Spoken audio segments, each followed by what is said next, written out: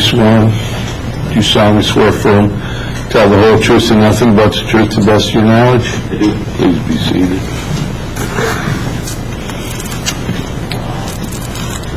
Good morning, Mr. Smith. Good morning. I know we've met before, but I'm Jackie King, a representative of Sargent Electric Company.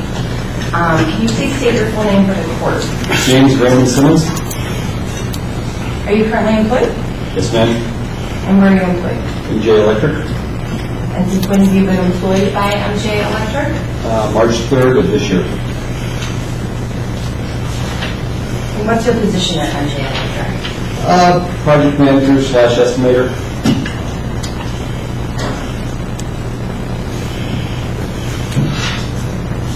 And prior to employment with MJ Electric, were you employed by Sargent Electric? Yes. For how long?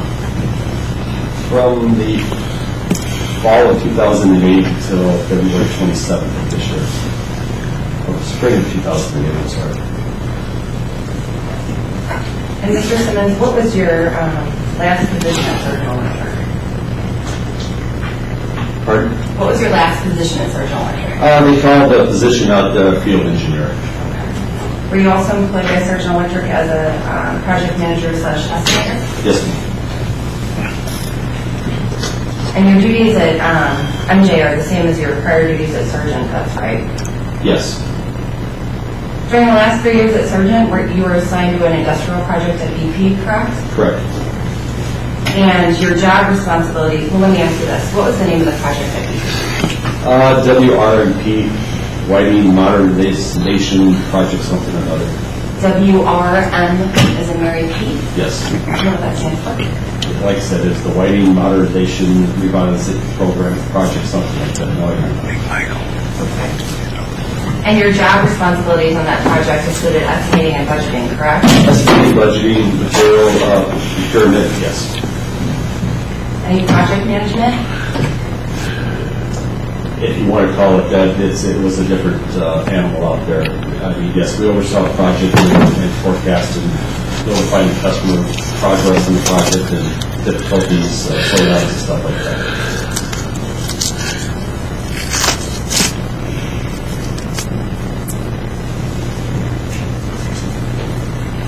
Mr. Simmons, you first learned that Tom Frame was resigning and going to MBA on the day of his resignation from Sargent, right? Yes, it was a Monday. February 10th, does that sound correct to you? Yes. And how did you first learn that Tom Frame was resigning? There was an email that went out in the morning, approximately 9 to 9:30 in the morning, I believe. And in that email, did he advise as to where he was going? No. After he sent the email, he came out to the yard, though, right? A few hours later, yes, he showed up out of the yard. Around noon? Could have been. Did you speak with him when he came out to the trailer? Yes, he came in our trailer. The trailer I was stationed in. And when we're talking about the trailer, we're talking about the trailer for the BP project that is on Arsenal Mill property, right? Yes. Sargent has a few trailers out in A that. few of them, yes. And he was assigned to that particular trailer that Tom Frame showed up. At that time, there was three of us working out of that trailer: myself, Paul Schumann, and Doug Hansen. And what did Mr. Frame do when he came out to the trailer?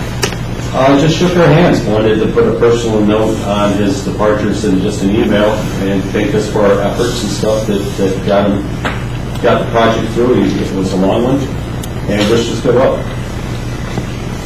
And when he came out to the trailer, did he then tell you that he was going to MJ, right? I don't recall, though others have. But you emailed him later that evening, right? Yes. At his MJ Electric email? Yes. So at some point between the first email you got from Tom on the 10th and your email to Tom later on that day, you learned that he was going to MJ, is that correct? Yes. Mr. Simmons, I'm going to refer you to our main coach. Yes.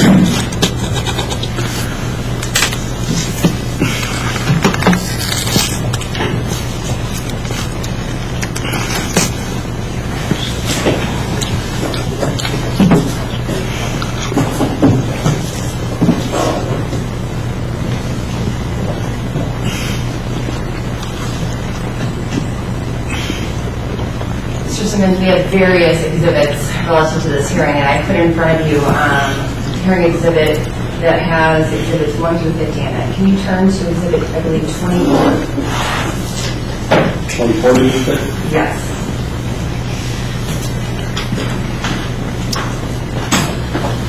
Yes.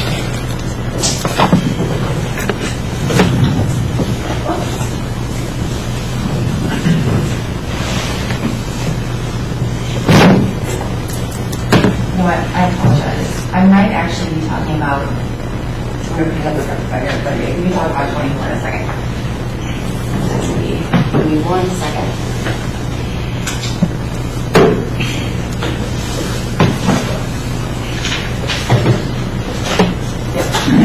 I'm sorry.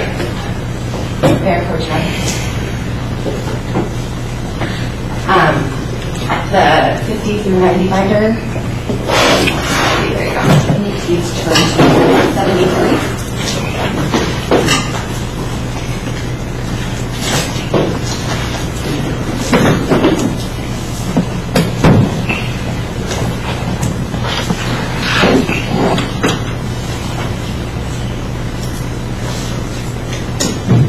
Are you there, Mr. Simmons? Yes. Are you there, Your Honor? I'm here. Is this the email that we were just referencing that you sent home on February 10th? Yes. And you don't recall Tom responding to this email? No, I don't. I do not recall or reply to this one.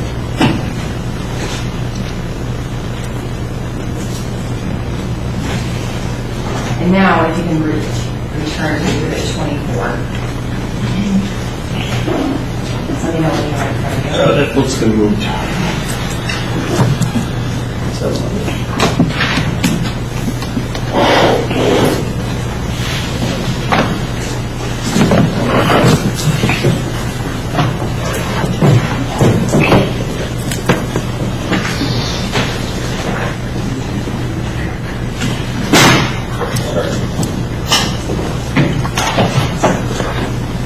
Yes. Do you recognize exhibit 24? Yes. And this was letting Tom know that you had applied to MJ Electric on February 18th, correct? Correct. And you spoke with Tom before applying to MJ Electric, is that correct? I don't recall if we did exactly. So you don't recall if you spoke between the 10th and 18th? I do not recall. And when you sent this email, this exhibit 24, you sent it the same day you applied for a job at MJ Electric, is that correct? That was the same evening, yes, that I filled out a resume online. And then Mr. Frame called you after you submitted your application, correct? I don't recall that he did. You told me in your deposition that he did. Do you have any reason to I mean, like shortly thereafter, I submitted a resume very late in the evening. So I don't, like I said, are you saying the next day? I'm saying that Mr. Frame called you after you submitted the application, Yes, right? we spoke after that. And then you had a telephone interview with MJ the day after you submitted your application? Yes. So that takes us to February 19th, is that correct? Sounds right. How long have you been working in the Northwest Indiana market for electrical contractors? My whole career, 27 years. 27 years. And in your 27 years, you had not been aware of MJ doing any sort of work in the Northwest Indiana market prior to your interview, right? That is correct. In fact, at the time of your interview, you were unaware of MJ ever doing business here or having an office in Northwest Indiana, right? Correct. Yes. During the telephone interview on February 19th, MJ offered you a job, right? Yes. And as part of that offer, they promised you a $7,500 bonus, correct? Yes. A truck, right? Yes. Paid holidays, Yes. paid vacation, Yes. and guaranteed 40, right? Yes. But you didn't actually accept that job at the time of the telephone offer, right? No, not that evening. Okay.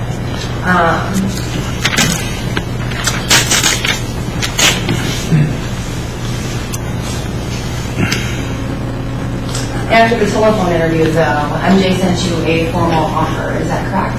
Yes, they sent a letter basically stating what was reiterated on the phone. Okay. And I'm going to have you turn to what's been marked as Exhibit 25. Let me know when you're there.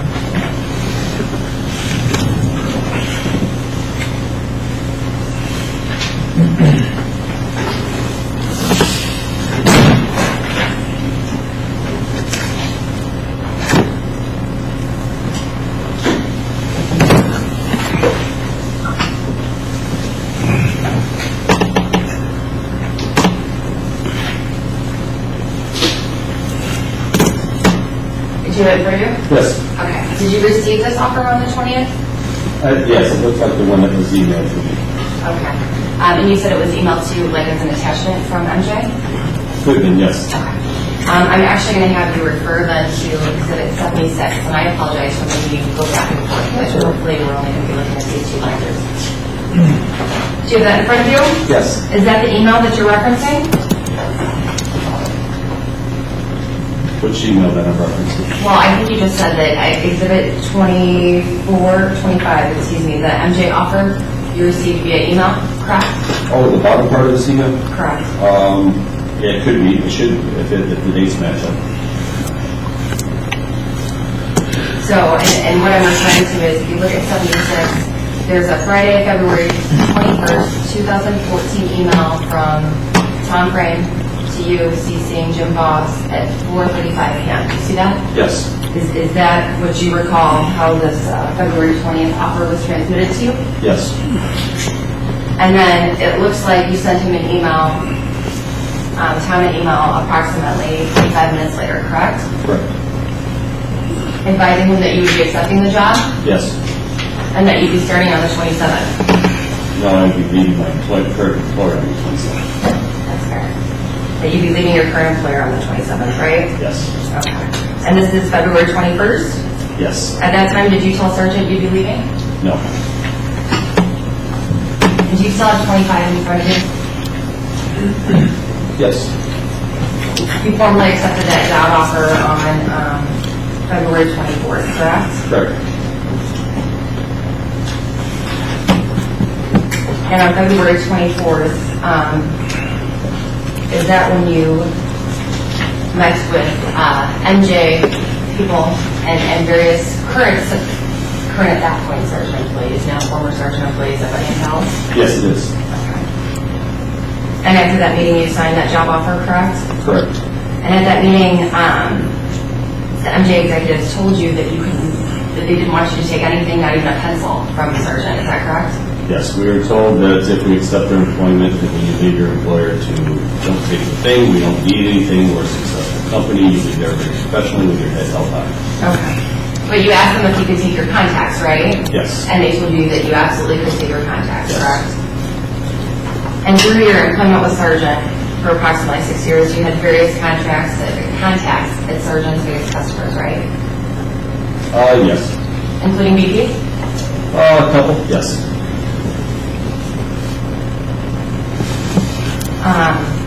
So you worked to the point where you accepted the job offer on February 24th. When did you let Sargent know that you were leaving?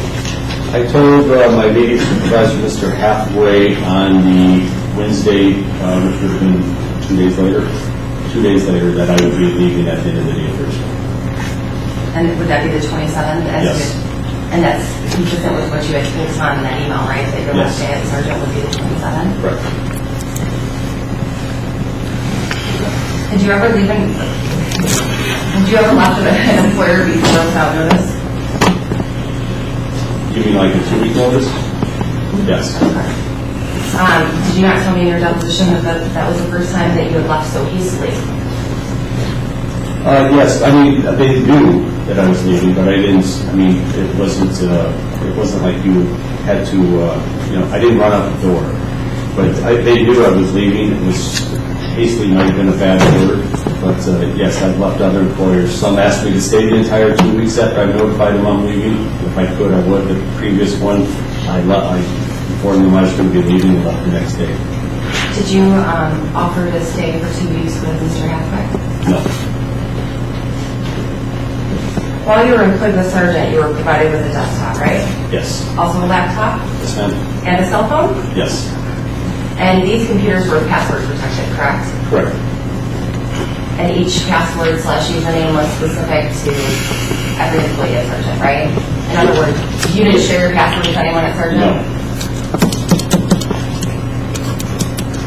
And you used USB devices to transfer documents between your laptop and your desktop, correct? Correct. And you would plug those USB devices sometimes into your home computers? Sometimes, because a lot of times I carry personal USB devices that would have a variety of things on them. What's a personal USB device? One that I purchased myself.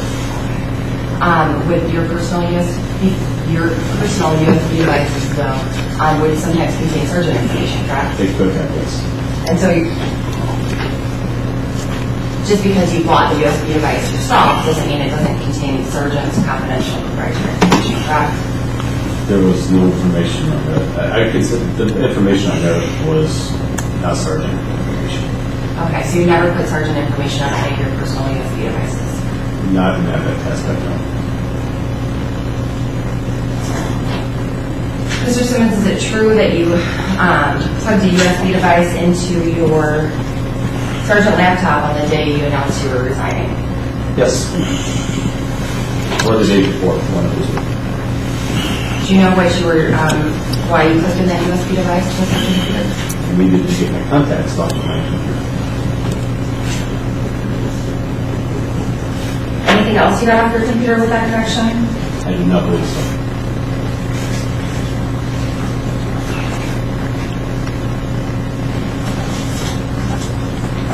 Mr. Simmons, I'm going to refer you to Exhibit 101.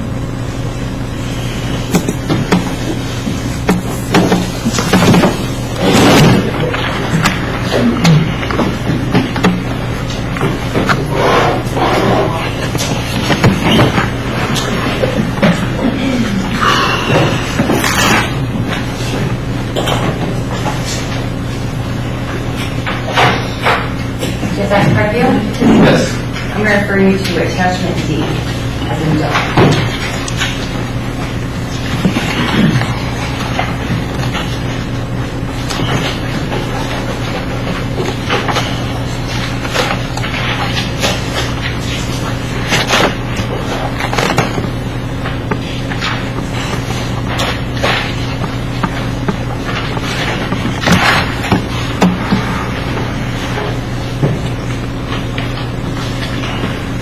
I have made it there. If you look at Attachment D, it's on the top, it says Simmons Desktop. Yes. And if you look on the third device down, the SanDisk Cruiser USB device, do you see that? Yes. There's a notation that it was plugged in on February 26th. Yes. Is that what you're referencing? More likely, yes. Okay. And that serial number ends in 87, correct? It's got like an ampersand and a 0, but it Yes. ends in 87. Okay. If you can, please refer to Exhibit 69. And if it's possible for you to do this, I'd like you to keep Attachment D open as well. Okay. All right. Exhibit 69 should be Mr. Wiles' report. Okay. Yes. If you go to page 6 or 7.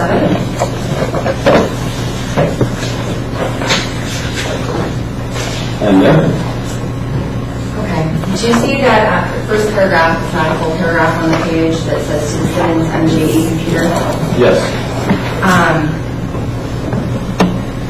In comparing the serial numbers on this page 6 or 7 and the serial number I just pointed out to you on D, those serial numbers are the same, correct? I see the 87. I didn't look at all the rest of it, yes. Feel free to look at all the rest of them. Are you comfortable with saying that they're the Yes. same? When you left Sargent, did you turn in the Sargent USB drives in your possession? No. Did you check to make sure that none of your personal flash drives had Sargent information on them with it?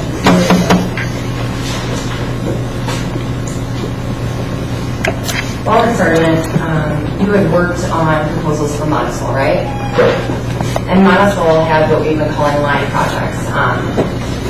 a succession of lines where you had worked on it for Sargent all the way back to line 8, correct? Yes, So, and you had worked on the estimates and proposals for line 8, right? many years ago, yes. And then how far did you do the estimates and proposals for Sargent? I believe I stopped at 14 before I was shifting projects. Okay, so you did lines 8, 9, 10, 11, 12, 13, and 14, correct? I believe that is correct. Until you started working for BP, is that right? Yes. Or at BP, I should say. Yes. And when you did those proposals on 8, 9, 10, 11, 12, 13, and 14, was Sargent awarded that work? Oh, yes. And in fact, Sargent had done line 7 before you had even started at Sargent, is that correct? Correct. Now, at the end of 2013, the BP project, I think you said was winding down, right? Yes. And at some point, you learned that Montesol was going to want to bid for line 18, right? I didn't learn it. It was 17 was in progress. They had room to go. So 18, they had room for 3 more lines in the existing building. And while you were at BP, I know you said that you only estimated that through 14, but for 15, 16, and 17, Sargent bid on those jobs, right? Yes. And Sargent was awarded those jobs, right? Yes. And in fact, at the end of 2013 / the beginning of 2014, Sargent was working at Montesol on line 17, right? Yes. And so, at the end of 2013, did you and Kikabella do a walkthrough at Montesol? Yes. I don't know if it was with me, but I did. You did. And the purpose of that walkthrough was to get yourself up to speed on line 18, correct? No, the purpose of the walkthrough was to familiarize myself with the changes that have been made in the 3 years since I've been gone. That each line progresses a little bit different. Things are added, things are deleted. They changed the configuration a little bit, and I needed to get back up to speed of where things have been. We've been turning in quotes based on labor rate increases and material increases, and we needed to do a little bit better job going forward. Okay. So you need to re-familiarize yourself with Montesol, is that fair? Yes. And you need to re-familiarize yourself with Montesol so that you could prepare a bid, or we're going to estimate for line 18, is that correct? For any work that they have coming up. But specifically for line 18, because you knew it was coming. It was the next phase. No one had asked for a quote. In order to perform a walkthrough, you have to be approved by Montesol, right? Yes, you have to come out there and either be invited or call ahead, given the complete. And were you invited? I notified them that I was going to be coming out through a general foreman working on site, and was told come what morning to come that would be good. Yes. And that general foreman was a sergeant employee, correct? Yes. And then when you showed up at Montesol, you had to go through safety training again, I believe? I had to, yeah, it's been 3 years since I've been there, so I had to watch their safety video again and sign their paperwork to go into the plant. During the walkthrough, you took notes and pictures, right? Yes. After the walkthrough, you began preparing a bid on the CONA system Sargent, right, for line 18? No, I prepared, it wasn't an estimate, no one asked. I was preparing a cost for what I thought the job would take, what I could see the job taking off the information I had.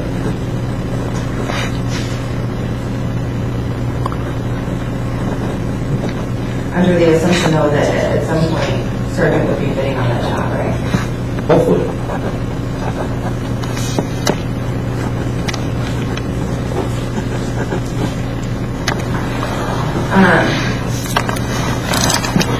How many of you charters probably said at 13?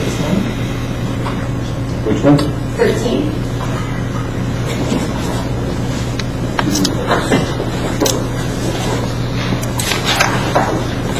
Okay. Do you have it in front of you? Yes, I do. Is that the document that we were just discussing that you prepared on the CONA system while you were Sargent? Yes.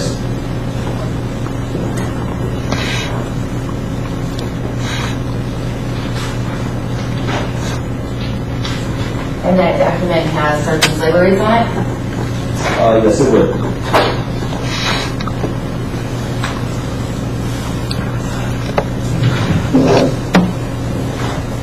It also has equipment rates like, is that correct?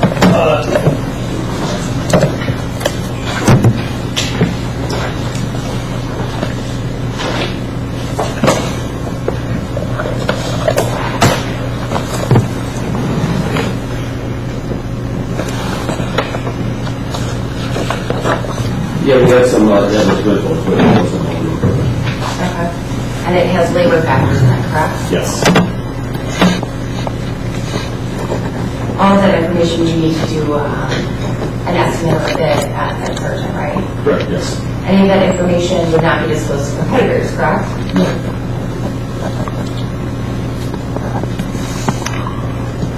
No one at Sargent asked you to prepare this document today. No, this is on my own. Was the proposal ever submitted to Sargent, or the proposal or estimate of it? Submitted to? Sargent. Did you ever tell Sargent that you were working on it? The only person that would have known I was working on it was Kate or my general foreman that was out on myself. And his name was? Corey.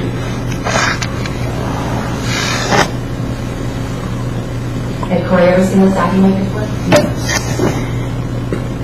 Corey knew you did the walkthrough, right? Pardon? Corey knew you did the walkthrough, Yes, he right? understood, yes.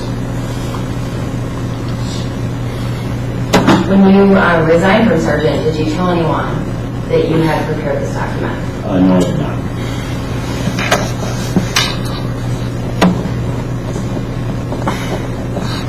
I think you testified that you started at MJ on March 3rd, correct? That is correct. And approximately 5 weeks into your employment with MJ, you submitted a proposal for the Line 18 job on behalf of MJ, didn't you?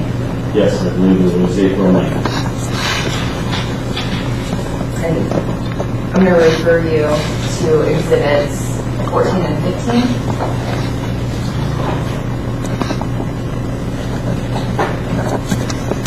Okay. Those look like the first two revisions of that proposal, is that correct? That was correct, yes.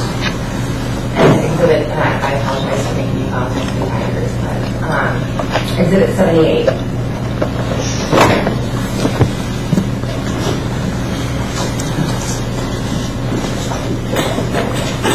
Okay. Is that the initial proposal that you made to Monticello? Yes, exhibit 78 is the first one submitted. So basically, based on this correspondence, I have the initial proposal submitted on the 9th, the first revised on the 10th, and the second revised on the 17th. Does that look right to you? 16. Oh, I'm sorry, the 16th. Thank you. Now, Mr. Simmons, it's true that you access Sargent information on your MJ laptop using a USB device and preparing the proposal for MJ, right? Possession of form, yeah. I can rephrase it. Go ahead. Mr. Simmons, it's true that you access Sargent information on your MJ computer, correct? Yes. And that, I'm sorry, no. I accessed information. It wasn't Sargent information. okay, let me ask you this. It's true that you access Monticello related information on your MJ computer, correct? Yes, a week after this proposal was submitted. And you obtained that Monticello information while you were employed with Sargent, is that correct? Yes. And I'm going to refer you back to 69. 69?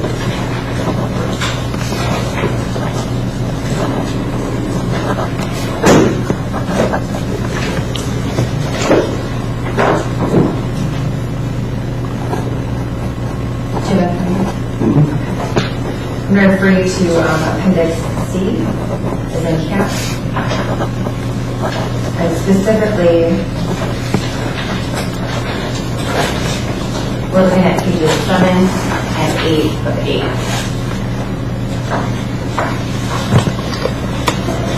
Which exhibit? 69, Your Honor. Okay. Appendix C.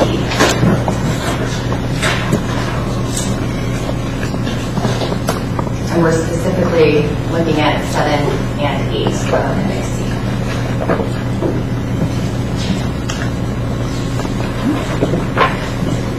Mr. Simmons, are you there? I'm here. You've seen this document before, correct? Yes. And you just said that you looked at some model information while you were at MJ to work on this bid, right? No, it's not what I said. I said I looked at some, my bid was turned in a week before this material was accessed. My bid was turned in on April 9th. This material was accessed April 16th. Okay, and well, let me ask you this. What material are you talking about? The same thing you were, the Montasol photos. Well, can you point out to me what lines you're talking, because there's a lot of documents on here. Everything except the second item. Everything else was on the 16th there. So one thing that said Montasol was accessed on the 16th, and like I said, the photos, the drawing numbers were all on the 16th, a week after I turned in my proposal. And I apologize, Mr. Simmons, maybe you and I are on the same page. What I'm asking you is, I'm looking at 7 of 8. Yes, I do. How many of those documents relate to Montasol and someone? Okay.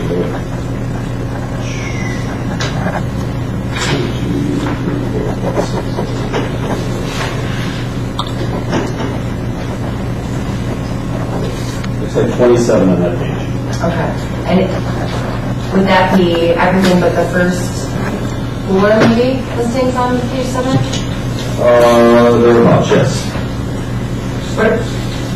What about page 8? Page 8, the top 2 relate to Montasol, and I'm not sure what the last third one is. So approximately 26 documents? 26 or 27, yes. And you said you obtained these Montasol documents while you were employed with Sargent, right? Yes. As part of the walkthrough? It could have been on my trip out there in early January. Sargent had done previous work on phase 5, correct?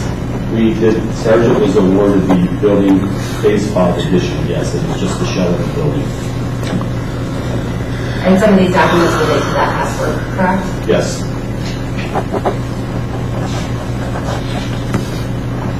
Did you use these documents when you prepared the estimate or bid or proposal on the Conex system?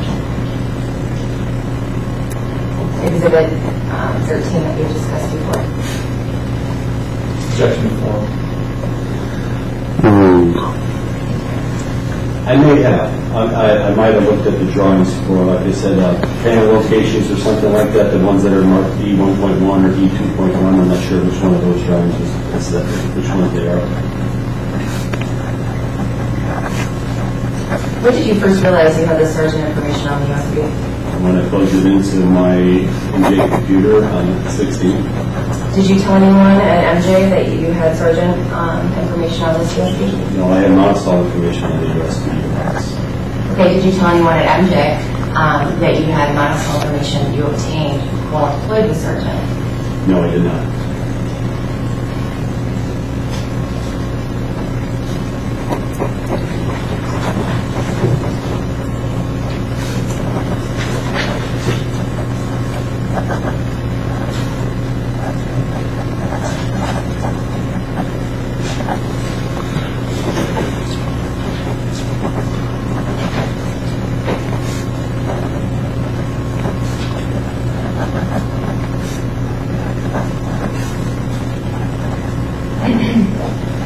Can you please turn to exhibit 383?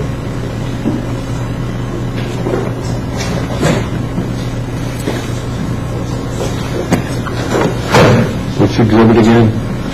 79, we're going to begin with your honor. Yes.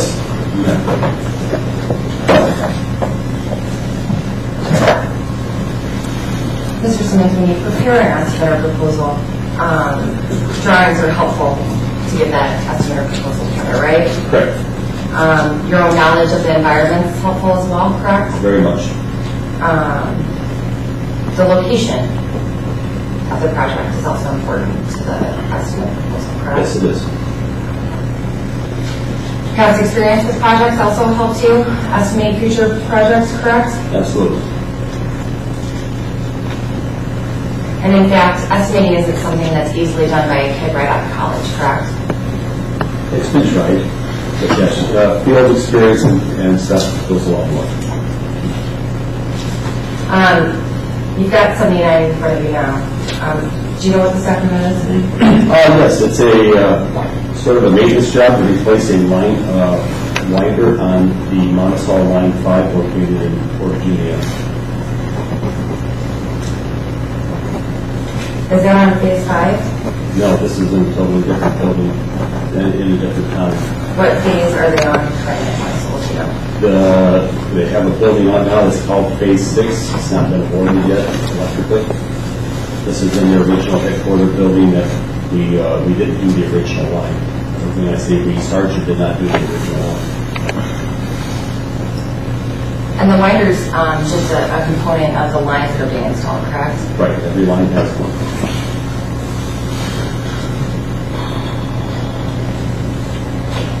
And it looks like 79, 80, 81, 82 are all related to quotes and proposals on various lines of Monticello. Is that correct? That is correct. And as for 7 and 8, Sargent had originally installed those lines, correct? Correct, 6 or 7 years ago.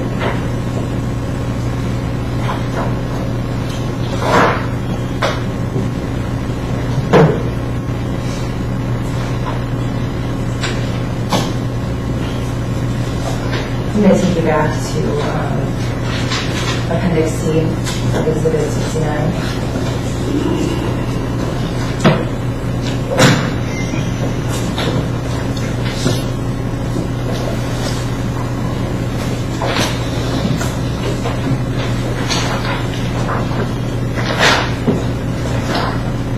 Can you give me a page? Sorry, I'm getting there. Yes. I'm sorry, page 7 of 8. Are you there? Yes, I am. Okay. I think you testified earlier that you believe you opened this the day after you submitted the proposal. Is that correct? No, I didn't say that. These documents were a week after I submitted them. Are we on line 18? Which proposal are we talking about now? Line 18. Oh, these documents were opened a week after I submitted that. I submitted the proposal on April 9th. These are opened on April 16th. And you independently recall that, or you're basing that on this I'm report? just going on what your report says. Do you independently remember opening these documents prior to submitting the proposal? Yeah. I'm going to turn you to Exhibit 71, please. Yes.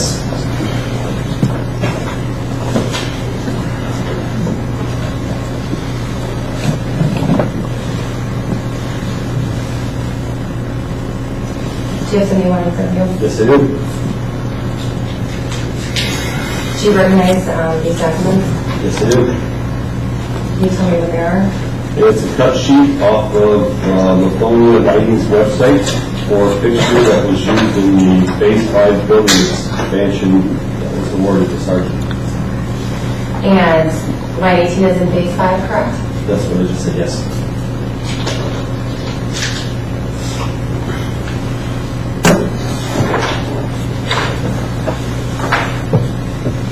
And it looks like that runs all the way through, I'm using the date set numbers on the bottom, which is 16, 19. These lighting documents, right? That is correct. And these documents are from Sargent, correct? These documents are from LakeCo's website. Okay, but you worked on these documents and you obtained these documents initially when you were first employed with Sargent, correct? They're hourly rate, yes. Okay. And then I'm going to refer you to same exhibit, but base step number 1621. Are you there? Yes.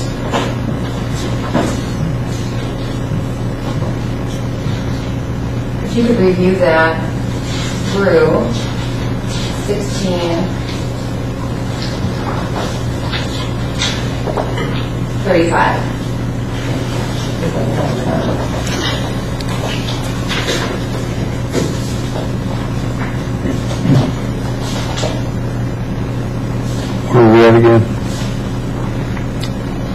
1621 to 1635. I have reviewed. Right, and these are also documents that you obtained while you were an employee of Sargent, correct? Yes. 1636.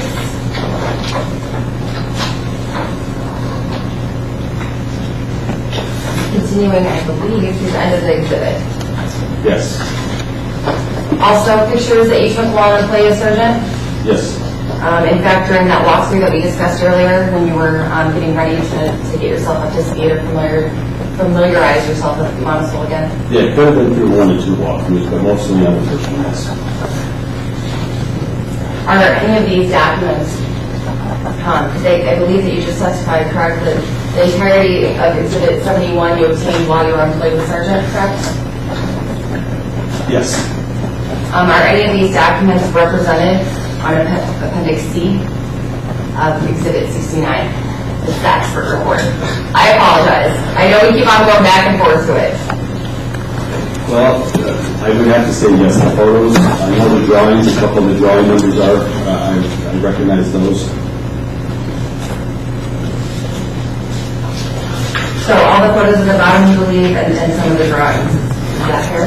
That's fair. The photos are not marked for the same thing that's in the expert's report as to a JPEG image number, but I would have to say yes. I think you testified earlier that some of these documents were opened on the 16th, which you're serving as a week after you had initially submitted that proposal, right? Correct. Do you know what your revision 2 is dated?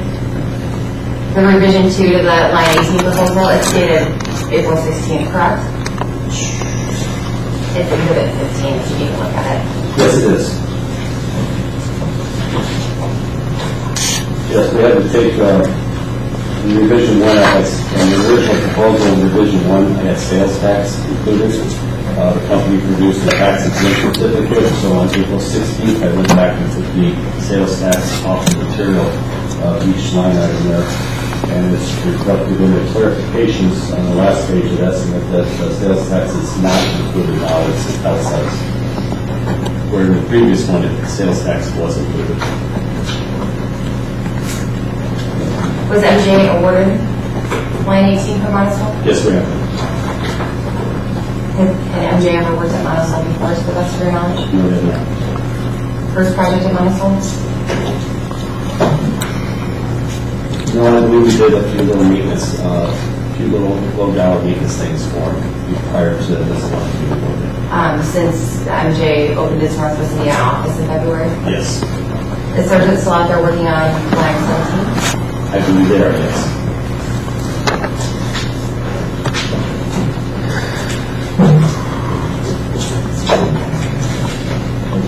Cross-examination.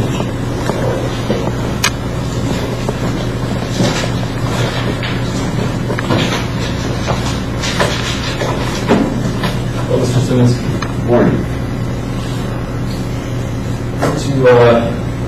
to take a step back, Mr. Simmons, in terms of your position at Sargent Electric, council asked you what your last position was.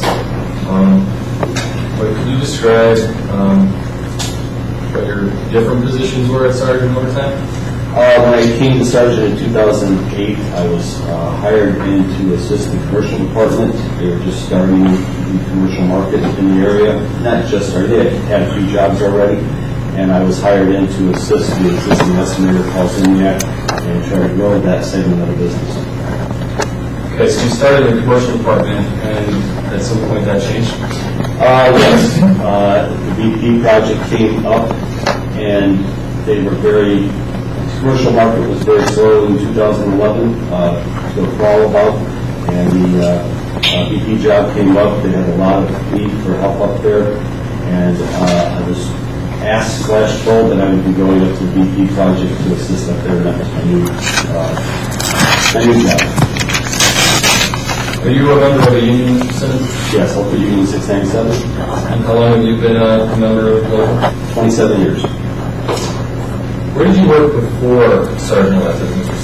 I had a short stint at a local outfit called Copton Electric in Griffith, and prior to that, I had a long 10 or 12 years at Continental Electric, where I learned my commercial. The very first ones to give me a chance on bringing me into the office to get your estimate, teach me estimating, and before that, I worked for Higher Electric in the field with service. So approximately how many years at Continental Electric and then Higher Electric? Higher, I was there probably 5 or 6 years, and then Continental, just about 12 years. And are those companies competitors of Sargent Electric, Mr. Simmons? Absolutely.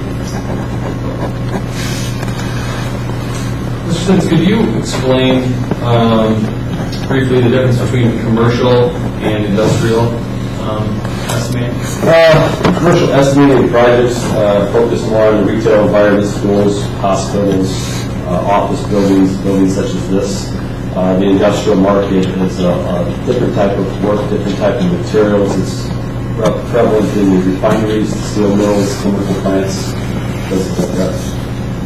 And when you were in your prior employment, were you focused primarily on commercial estimating, project managing, or industrial? The first 3 years at Sargent was commercial based, and then the last 3 was out at the BT project.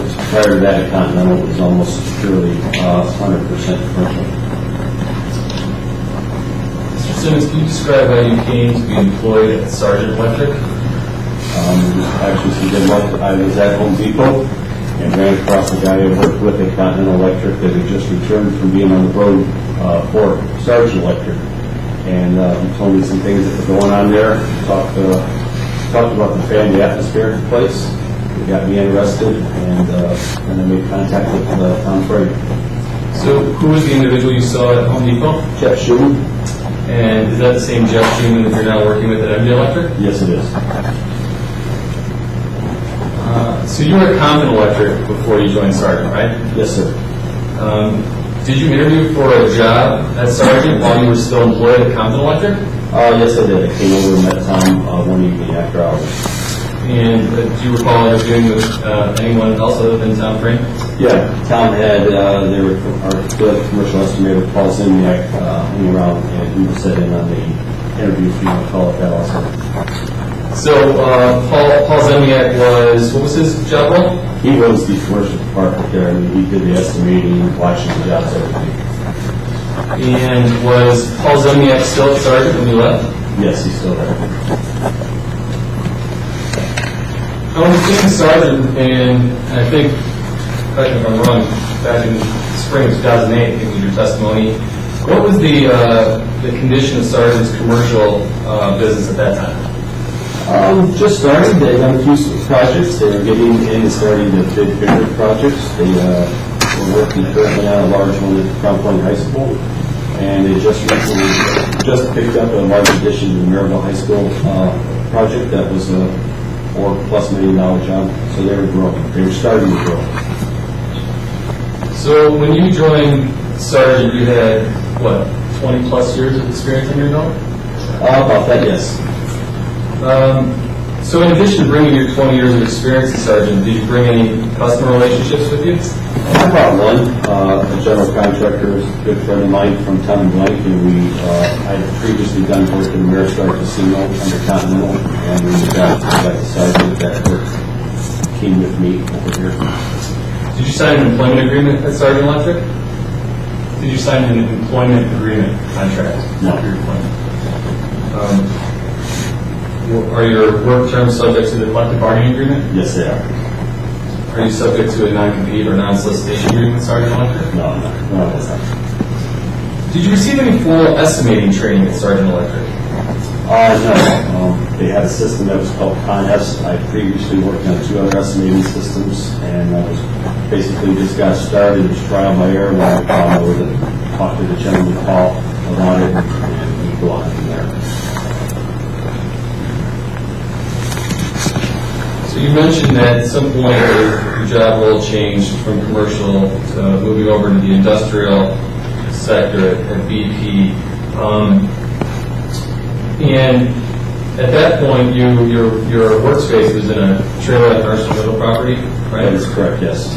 And is that where your computer was also located? Both of them, yes. So throughout the duration of that period, how many people worked on that trailer? We've staffed as few as 2 in that trailer, as many as 6 or 7 in that trailer, and it changed throughout the 3 years. And when you were working on that project, who was your direct supervisor? My direct supervisor was Mr. Paul Schumann. And was he your supervisor the entire time? No, as the project wound down and the 3 projects rolled back into 1 project, Paul stepped down and another gentleman, Mr. Dennis Hathaway, became my immediate supervisor. Okay, and reporter from Paul Schumann this morning, is that the same Paul Schumann that you're referring to? Yes, it is. And we got a couple Schumans here too. You mentioned Jeff Schumann. Do you know how Jeff and Paul are related? They're cousins. Who was your boss sort of above Paul Schumann and Dennis Hathaway? It was always Tom Frey. And how would you describe your relationship with Mr. Frey? Mr. Frey has done me many favors and kept me employed for quite a few years. I would consider Tom a true friend. I want to talk a little bit about the estimating process, since you're an experienced estimator, Mr. Simmons. Can you describe for me, just generally, what factors go into creating an estimate? When I look at a job, I look at everything from the, first of all, the type of job it is, where it's at, our current manpower. We've got good guys available, but I have to reference everybody out of the hall. Inside work, outside work environment. Like I said, if it's middle of the winter and it's outside work, productivity at that time is going to greatly differ. Hours, if we're working a lot of overtime, you have to take that into consideration. Guys get tired, get burned out. I mean, and all those things affect your labor rate, labor factors into jobs. And they each have to be looked at independently. When you say they each have to be looked at independently, what is that? The jobs, any estimate. Like I said, I can find one today that if I had 10 guys available and I can bid it today and lock them all up and the same one tomorrow, and I don't have those same 10 guys, it's different. I have to bid it differently. Does that include projects like Monasol Line 17 and Monasol Line 18? Yes. And like I said, you have a core group of guys. After that, you have to reference the hall, and unfortunately, you don't always know what you're going to get. So you have to take that into consideration. How does your employer's business strategy factor into how you put together an estimate? If we have a lot of work, we might we've pivoted it a little bit different. We won't take risks. If we really need a job to keep guys going and keep our manpower force up, we would be a little bit more aggressive about it. How does an estimator learn about these various factors that go into building an estimate? Experience, time. Like I said, having sit downs with your immediate supervisors to discuss what else is coming up, what else is on the iron, what's in the project scope right now that could be popping up. Mr. Simmons, are you familiar with a term called labor units? Very well. Okay, could you just briefly explain what a labor unit is? Labor units, a given amount of time, the set amount of time to do X amount of work. It's not as simple as that. And when you're at Sargent, did Sargent have its own base labor units? We have a starting point, yes, for about everything. Okay. So when you say that starting point for about everything, when you were estimating a job for Sargent, did you have a specific set of labor units for each of your customers? No. Did Sargent have any type of customer-specific database that helped you estimate work? No. Let's talk about the time leading up to your ultimate departure from Sargent. Were you dissatisfied with any of the policy changes at Sargent during the time? Yes, there were some policy changes that took place at the tail end of 2013, which did not make me very happy. Is there anything in particular that stands out? Yes, for previous years at Sargent and for quite a few previous years before that, I enjoyed the benefit of a guaranteed 40-hour paycheck, paid vacations and holidays, and on the first or second week in November, that was all taken away from us. It was taken away from you? Yes. And when you say you had it for a while, for approximately how long did you have the guaranteed 40 benefit? I've enjoyed that benefit probably since 1997, 98. And where were you working at that time? I had that benefit at Compton Electric and at Continental Electric.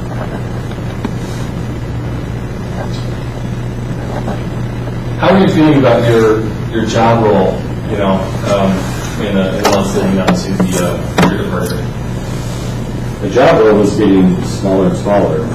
We were less and less busy. And so, like I said, the work wasn't coming in at the pace we were used to the last 3 years. The commercial market wasn't expanding of the Sargents. It was still a very tight market. And it was a nervous time, unsettled time. How did you feel about working in the industrial side? Wasn't exactly what I came there to do, but like I said, at the time, it was a job I had to go do.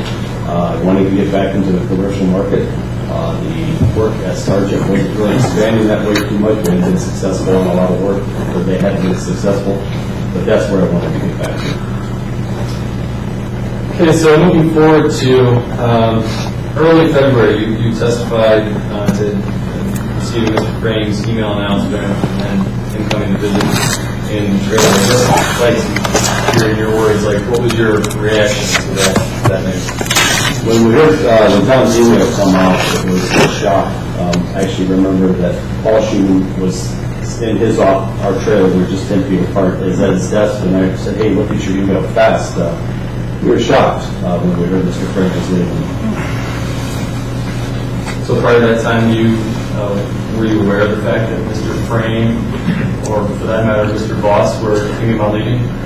I had known that I've heard some rumors of some tensions in the office with some previous, but I haven't known. There's not a whole lot of places viral moves for guys once they get to that level. So I don't think that they're going to leave. When Mr. Frame came to visit you and Mr. Schumann in that trailer, did he say anything to you at that time about coming to work at MJ Electric? No.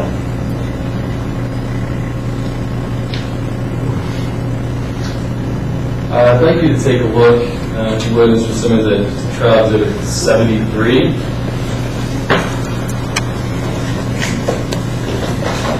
Yes. Faster than me. Yeah, I'm all over. Okay. So you touched on this in your prior testimony.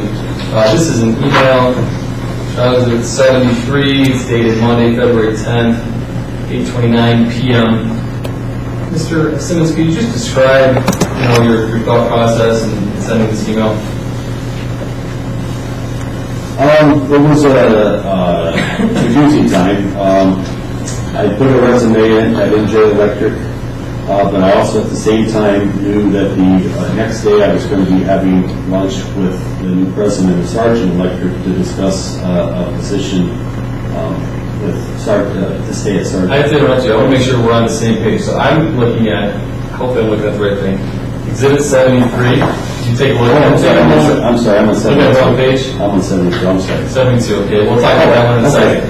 Yes. I'm trying to do this chronologically. So this is February 10th, same day that Mr. Frame stopped by the trailer. Yes. This is that night. This is that evening.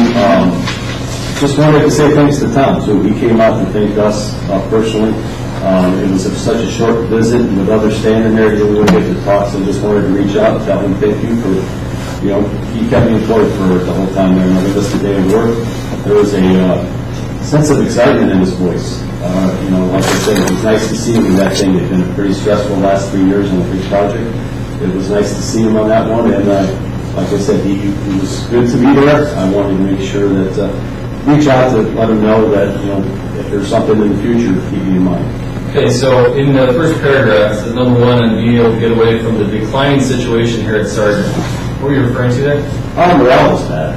Like I said, the work was slowing down. Guys that had some benefits that they enjoyed before taken away. A lot of guys that already lost their personal company trucks. I said that just the environment of the project, I said morale was probably at an all-time low. Okay, and at the end of the email, it states, as you move forward, I hope you will keep me in consideration for a number of your staff again. See that? Yes. Why did you say that? Because, like I said, I've been taken care of very well under Tom. And like I said, wasn't really quite sure what he was going to be doing. And I just propped the door open.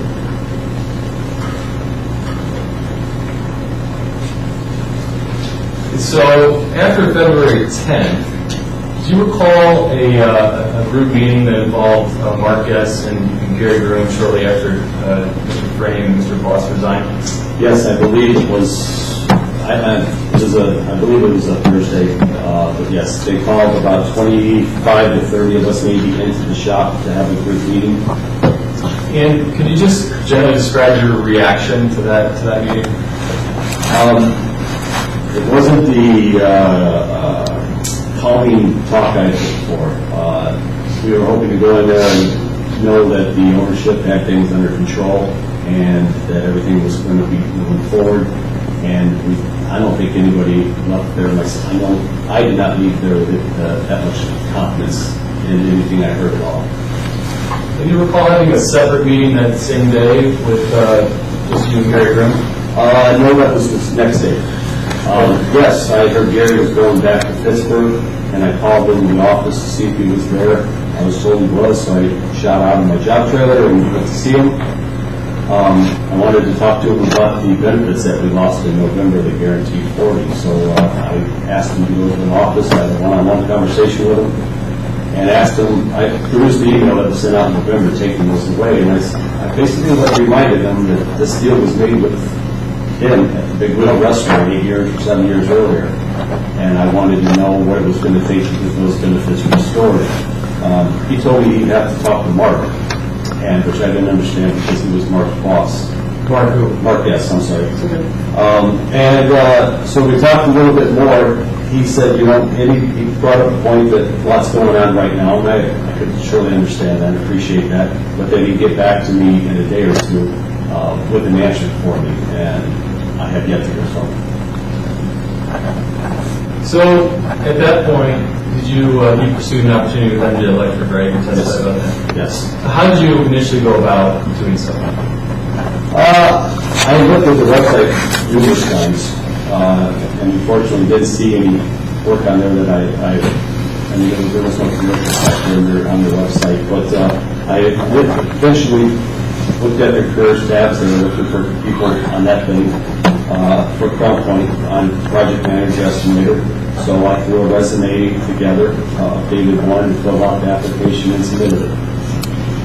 Okay, now we can take a look at exhibit number 72.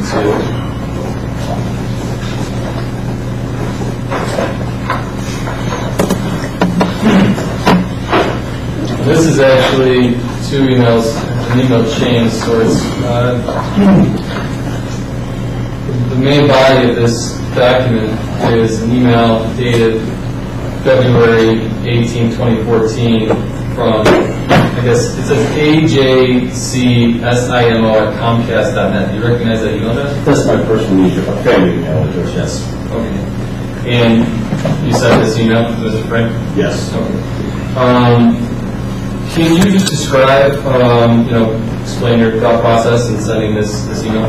I let Tom know that I had a resume in on the system, but like I said, at the time, I wasn't quite sure what the position was. It was just a title on the page. It didn't talk about benefits. It didn't talk about wages. It didn't talk about any of that stuff. So to let him know I have something out there. There's also another offer on the table from Sargent, and I just sort of need some assurances. Needed a little bit more information, before I can make an educated guess about the next day's meeting. Right, so you mentioned another position available at Sargent. Is that what you were referring to when you said, I'm being taken to lunch tomorrow for the position of field operations manager at Sargent? Yes, sir. Okay, so here in the second paragraph, you're describing what your position would be if you made a move. You describe some of the things you're inquiring about? Yeah, like I said, I asked him there, if it would be at least a lateral move. I didn't want to take a step backwards, if I didn't have to. And like I said, I had previously been driving a company car, or in the middle of a company car, some type of, I didn't ask for a new one or anything, just something that was clean, was available. And like I said, to get some of the benefits that I enjoyed previously have returned to me. Okay, you sent this email at 9:21 at night, right? Yes.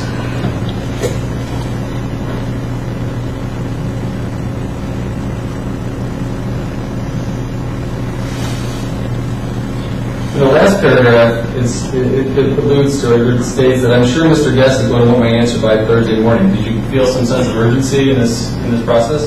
Yes, when I met with Mr. Guest for my initial meeting on that project at lunchtime, he basically would have liked an answer right there on the spot at lunch. And I put it off till I had some time to consult with my family. And I had multiple other things going on in my life, so I had to talk to them about that. And didn't think I could hold them off much more than the next day. Right. So, later that evening, when you testified about this other email, and you want to look at it, feel free. It's Trial Exhibit 24. This is that email that was sent later that night, 11:44 p.m. on Tuesday, February 18th. This says subject line thanks, and the text in the body email is I'm in. Remember sending that? Yes. Do you remember which email address you sent that to? No, I don't, but has since then been reminded I may have sent it to Tom's old email address. So what was going on with that email? I was very nervous that evening. I just sent the previous one out. I hadn't got a response back from it yet, so I just sort of deemed them again. You know, maybe he hears the phone this time, beep today, got another email to get back and look at the other one. Just want to let him know I had that resume, in the system, and see where it goes. Is that what you meant by I'm in? Yes. Okay, now I'd like you to describe, you mentioned in this email, in your testimony, that you had a lunch meeting scheduled with Mark S. for the next day, so now we're on February 19th. Actually, could you just describe that, what happened at that lunch meeting? Yes, Sargent had advertised for a position of field operations manager, and I had asked for some detail about it. I was told that if you want to know more about it, apply for the job. So I applied on a Friday. I sent my email straight to Mr. Marquez. I didn't hear nothing back over the weekend about it. They were taking resumes up till Tuesday at like noon. I sent it again Monday morning to Marilyn Fett, who was the administrative assistant there. And so she responded that she got it, so I knew it was in the system. Tuesday afternoon, I got a call from Mr. Gass asking if I was available for dinner that night. I had some town council obligations that evening to not go, and we agreed to meet for lunch the next day. And at that lunch, like I said, I thought I was going to field operations manager meet. He's like a field superintendent, one that's out in the field with the guys over the workforce. When we met for lunch, the job description was more of what Tom's old position was as general manager type of stuff. Okay, and did Mr. Guest offer you the job? Yes, he offered it. It was mine if I wanted it on the spot. He asked you to make a decision on the spot? He would have liked me to. He was meeting with another gentleman that he thought would have been a good number 2 man for me at 6 o'clock that evening for dinner, and he wanted me to go to that dinner. I've already accepted the position if possible.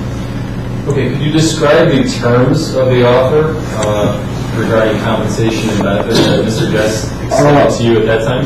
Yes, I was going to get my guaranteed 40 back. I was actually getting an extra week of vacation. I went from 1 week. What I originally lost was 1 week. I was going to be given 2 weeks vacation. I had made one request to get out of the small car I was in and pick a truck if possible. I was told that would be no problem. And I was offered a $125,000 base salary, and it was mentioned that there was a profit sharing plan in the works. It wasn't defined yet exactly what it was, but that would also be part of the package. Sounds like a pretty good deal. It was tempting. Okay. Can you describe sort of your interaction with Mr. Guest following that lunch meeting and this job opportunity? I responded back to him the next morning that I was declining the position because I said I was not comfortable with the job description. Talked about some of my concerns about that description, and he was heading back to Pittsburgh that day and let me know that he would revise the job scope and send me something back on Friday morning. Sometime Friday, I just realized I was lunch with my wife. I got the revised job description, looked it over, and when I got back home, emailed him that the description went the wrong way for me. It was more administrative, more dealing with Pittsburgh, stuff like that I wasn't interested in, and declined his offer for a second time. Okay. So at this point in time, I believe that you're having your phone interview with MJ Electric's on the same sort of time frame, right? Right there together. So can you just describe to me the phone interview that you had for MJ Electric? It was a conference call with Tom Frame, Jim Ross. There was 3 or 4 others in the room that tried to identify the first time and do a very good job, but I believe it was Bill Nagy and Marty Sutton, Tom and Jim. They asked me a few questions based on my resume and stuff, but the majority of the hour and 15-minute conversation was, I think I probably asked more questions than they did. Wanted to know what they were coming to town for, what their outlook was, what they were going to do. Like I think I said, I did see commercial work on their website as that's something that they did, so I wanted to be assured that that was something that they were going to be looking at if they opened up the office here. Okay. And you received a verbal offer at that time, right? Yes, I did. Did you accept it? I told them it was a very fair offer.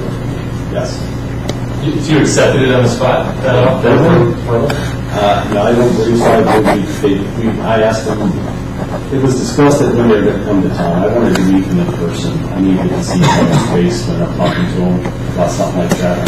And gave me a little bit of time to go back and discuss things with my wife also. It was a very fair offer. I think you mentioned that during your subsequent meeting at Buddy and Pals, or I think that was your testimony, that you received instructions about not taking Sargent property. Was there any discussion along those lines during the phone interview? During the phone interview, it was mentioned a few times, yes. Any more attention? We don't need what they have. We're a successful company. All we want is you to come here with your personal stuff. Like I said, the phrase be very professional, be with your head held high with your feet in your response.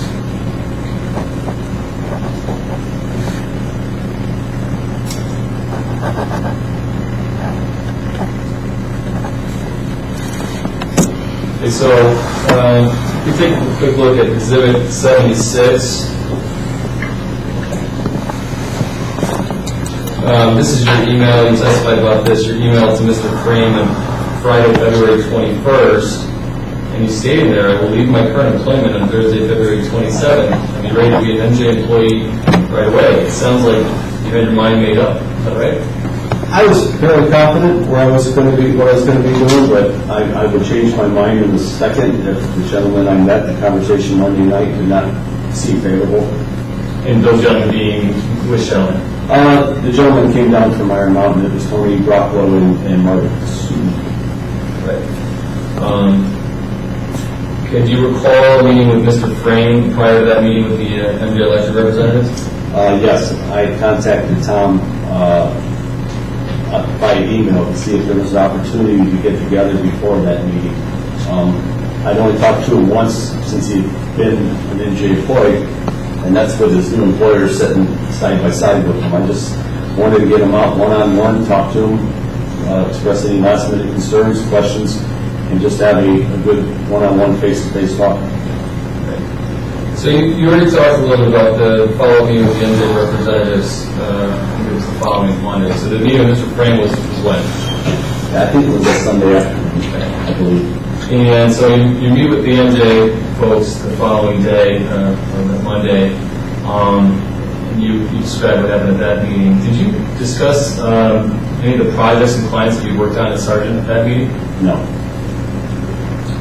So you signed your offer at the end of that meeting, right? At the end of that meeting, yes. And so were you after leaving Sargent at that point? At the time, I thought I definitely was. So when you said at the time, did your mind change? 2 days later, on Wednesday morning, I got a call out of the blue that I didn't expect from Mr. Marquez, and he was sweetening the pot, and he threw another $25,000 under the table, which took the salary up to $150,000. Plus all the other benefits and perks? Plus all the other benefits still in place. Okay.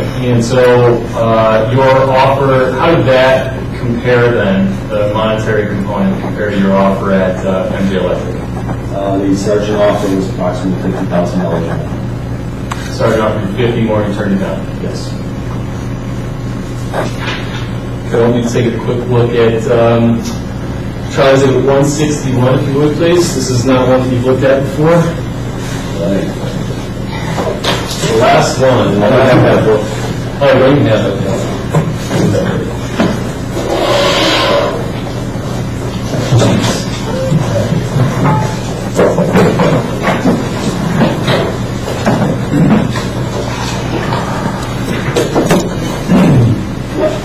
Okay. Let me know when you're there. I'm there. So trial exhibit 161 is an email exchange between you and someone named Brianne Slick on Wednesday, February 26, 2014. Could you just describe generally this email exchange, Mr. Simmons? Yes, Brianna was a girl that used to work out there at the complex with her. She was a Purdue student. I was actually tutored with her and helped her with her senior class project. She left the area and was moving on, and we kept in contact with some email. This is the first time I heard from her in a few months, and I got this email, and they said it was shortly after getting Mr. Guess's revised offer. We threw more money at it, and but before I give him an answer. So you were still debating your options at that point? Yeah, I had to come with wife. That was a lot of money. It would have helped my family out. I mean, it was a lot of money to consider. And I tried to reach her, but she was at work, and I had to wait till she got off work so I could discuss it with her before I could call Mr. Guess back. It was also a big promotion, wasn't it? It was, yeah. You go from a guy on the field trailer to that title would be something to be proud of, yes. Okay, I want to turn to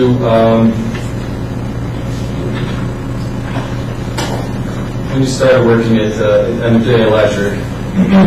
Or now this is the after you made a decision, obviously, to go work there. When you started at MJ, do you recall going to Iron Mountain for some reason? Yes, went up to Iron Mountain the first week of March for orientation/training. Got a lot of information dumped into us from a lot of good people up there. Learned about their AccuBid system of estimating, the way that they use it. They don't use it normally. It's not the out-of-the-box version. They have their own version that they weave it into and put things together with. Training on their tool systems, vehicles, insurance. We went through just about every department that they have up there. Does MJ Electric have its own labor units? Yes, they do. Any discussion at your orientation about using Sargent information to do estimating work at MJ? Oh, no, not at all.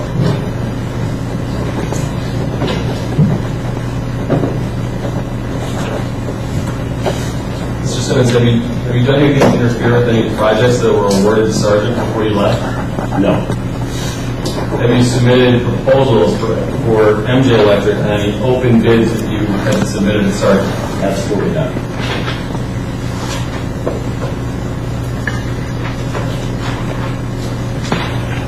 When you left Sargent, what did you take with you? My lunchbox had a few personal things, and my son's on my desk. Little photos like that. Downloaded my contacts, and my computer. The bag my laptop came in was mine. I took my bag home. Now there's Sargent's expert has identified a variety of USB devices and flash drives, thumb drives that were connected to your computer. Do you recall, other than your personal flash drives, taking any flash drives? Now, my laptop computer is charging stuff I turned into the IT department at the shop. My cell phone I turned into my area foreman. My desktop and everything else was just left at my desk. Let me ask you this. Could you describe how USB devices and flash drives were used at Sargent while you were there in sort of the course of your work? I think they were like, you might as well put a bullet candy out and just throw them in there. We would use them, share them at will. If you had one, you were lucky enough to find one, you grab it. Guys would come in and throw me their flash drives. They took some pictures out of here. you need to do this, this, this. You know, gave me a point of reference and said, I had to go inside the refinery. I didn't have a camera pass in refineries. Other people that do that for me. Take pictures out, I plug it in. I might keep that. If they left, I might keep that flash drive on. Now it's in my possession. They transferred around as well. Now, why would you use flash drives instead of just emailing information? They're too big. I mean, folders are too big. And like I said, a lot of times I use them between my laptop and my desktop just to get information back and forth. When you left Sargent, did you print copies of any documents and take them with you? No, sir. And you mentioned that you downloaded your Outlook contacts. Would that have included family, personal contacts? Yeah, there was no separation of my contacts. Everybody was just in the same folder library. So you put that on your personal flash drive. At that time, did you download any Sargent information? No.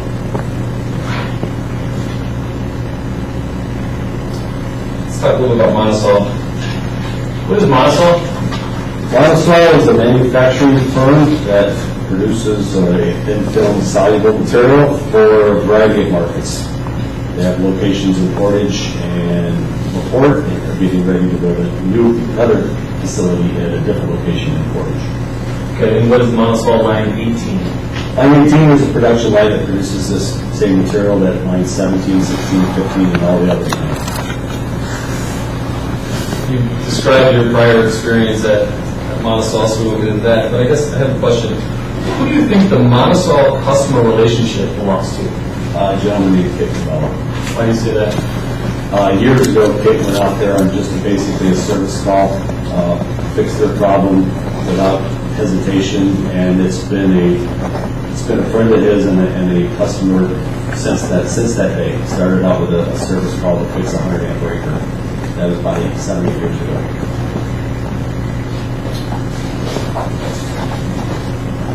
What's your thought on the customer's role in how it works with you?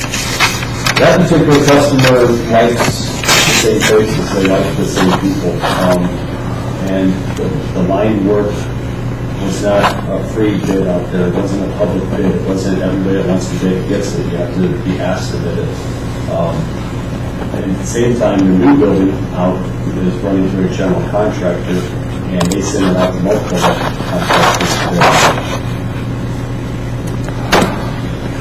So you're familiar with Monosol line 17, right? Familiar with? Yes, I know what it is. And how does 17 relate to 18? 18 had some production changes on it, some equipment changes, locations, some slightly different process on the line. Like I said, they try to make improvements each time, either speed it up, more product, whatever. These are separate assembly lines? Oh, yes. And so Sargent worked on line 17, right? Yes. And so is 18 a sub-project? Yes, it is. And is there a separate bidding and contract process for that? Yes. Now, what was the status of Monosol line 17 when you left Sargent? Probably 60% complete. So who was working on that when you left? Sargent Boys, led by Corey Aquino, their general foreman. So after you left Sargent, joined MJ, did MJ try to get Sargent kicked off that project? Oh, no.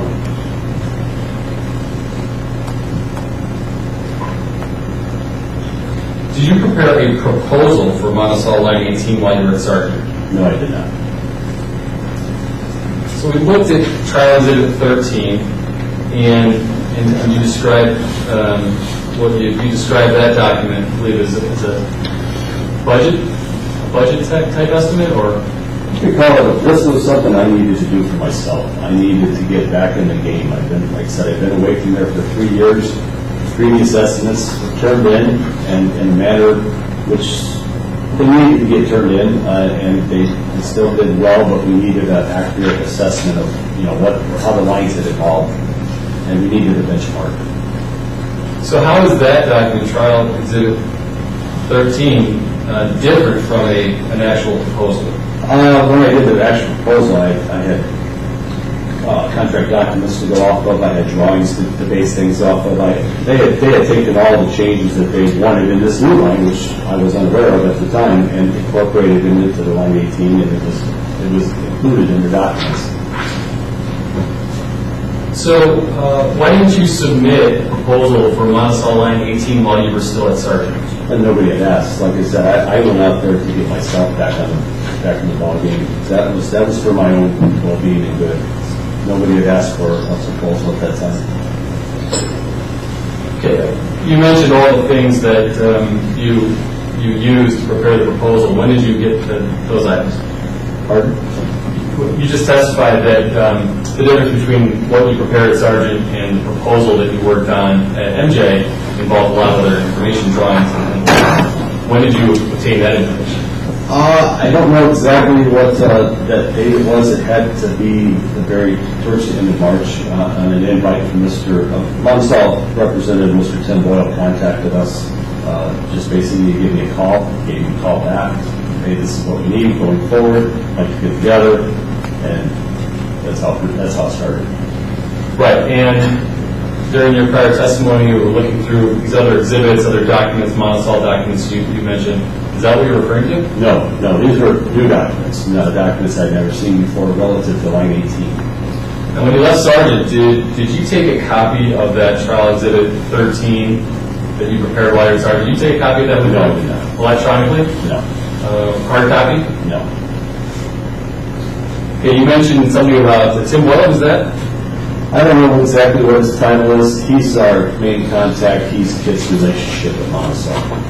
He's a Monticello. He's very high up the chain at Monticello, yes, and he is the relationship with Mr. Condal. So, how did you come to prepare a proposal for Monticello? How did that opportunity? How was it presented to you? He called, contacted us for me to get hold of him. I returned phone call to him. He invited us to his office, sat down and talked about the future work that was coming up with Monticello. Okay, let's take a look at trial exhibit 126. You can turn there.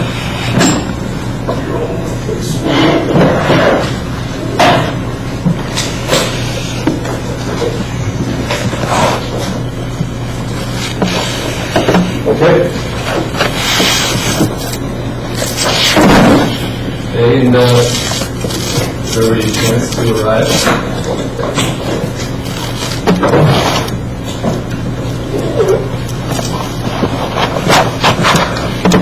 Trial exhibit 126 appears to be an email from Tim Boyle to you dated Wednesday, March 12th, 2014. See that? Yes. Can you recognize that email? Yes, that's the one Tim made, and I followed it up with a phone call from the number given, and we arranged a meeting. I'm not sure if it was the next day or the following week, but we arranged a meeting to get together in the office. So Mr. Boyle initiated contact with you at MJ? Absolutely. And Mr. Boyle asked you to submit a proposal for Monticello Line 18? Yes, he did.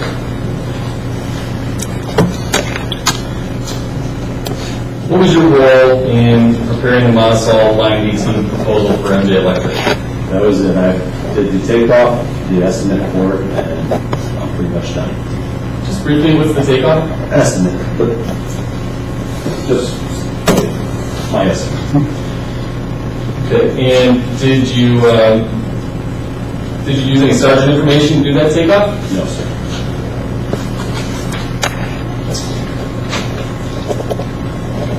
Who else was involved in the Monticello Line 18 MJ proposal? The proposal itself was myself, but then MJ has a policy. We sat down and talked about it, using, they call it roll it up, get everything together, and that was done with myself and Tom, maybe and Jim Ross also.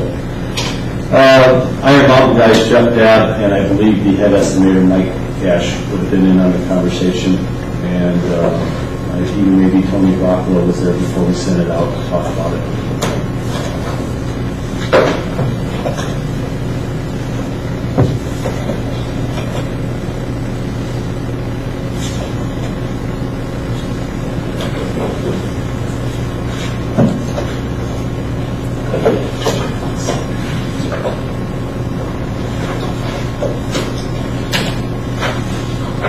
Take a look at Exhibit 15, sir? Yes.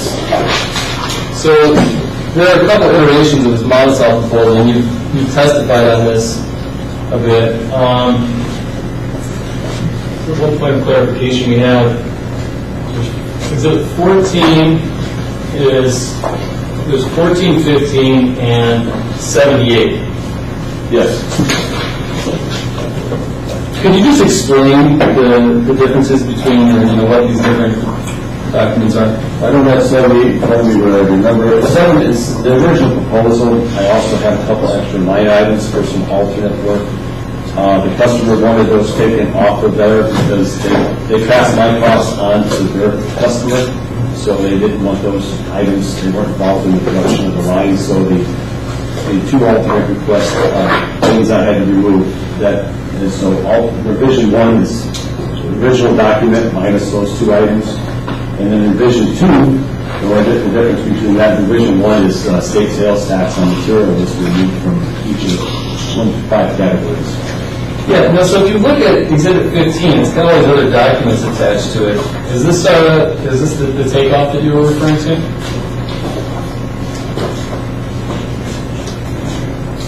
Yes. Now, it's made part of Exhibit 15, but could you just explain for the court's benefit, what documents are actually going out the door? The only thing that will go out the door is the first 3 pages, which is the letter, the Word document, from AJ00895 on Station House. So was the takeoff prepared in conjunction with the original version on April 9th? Yes. And did the takeoff change on April 16th? Just the state sales tax was removed. Just taxes, that's it. So would you have had any reason to refer back to documents that you used to put together the estimate on April 16th? No, it didn't relate to this line of work at all.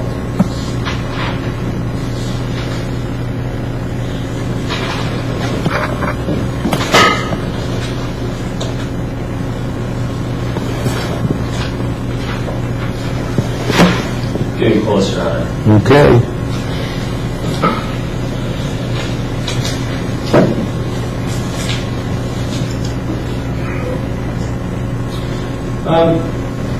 Just talk about, let's stay on the monocell topic here, because there's a lot of back and forth between, on the forensic reports. I want to make sure that we have a good understanding of all these things. So we spent some time looking at,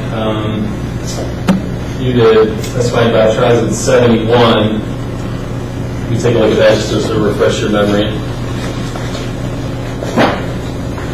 This is the one that starts with the Laconia and has drawings and photographs and whatnot. Okay. And there was also some discussion of exhibits 79 to 83. You can just refresh your memory looking at those. Yes, sir. Okay. Is there a distinction between those 2 sets of documents? On one hand, 71 and 79 to 83. If you could just explain. 79, let me see. 79 to 83 is all new maintenance projects. The 71 was just, like I said, most of it's all the old information from the Phase 5 edition. That's Sargent was awarded today. It's not relative to anything. Like I said, we have the winders, and the 83 is just a quote that I received from a supplier for the switchgear / electrical panels and stuff for the Phase 5 edition. Right. So the forensic report indicates that you were accessing all these documents on April 16th. Do you draw a distinction between these 2 sets in relation to information that you obtained while you were at Sargent? Do you draw a distinction between these 2 sets of documents in terms of what dates back to your time at Sargent? You mean Exhibit 71? 71 versus 79 to 83. 71 is the stuff that the items that were obtained while I was at Sargent. The rest is all brand new.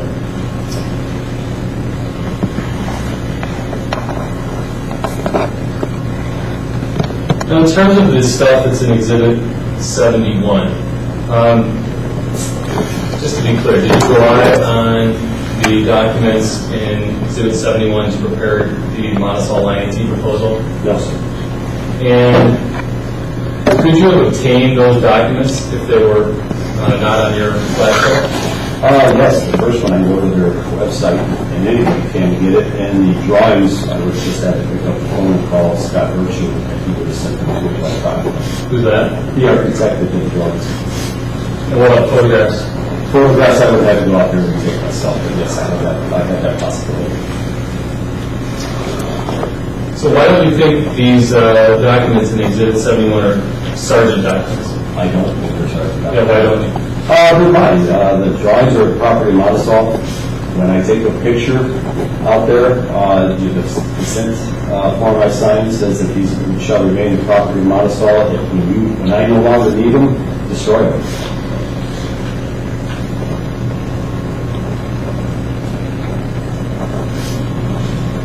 Those are my questions for now, Your Honor. Okay. You have a lot.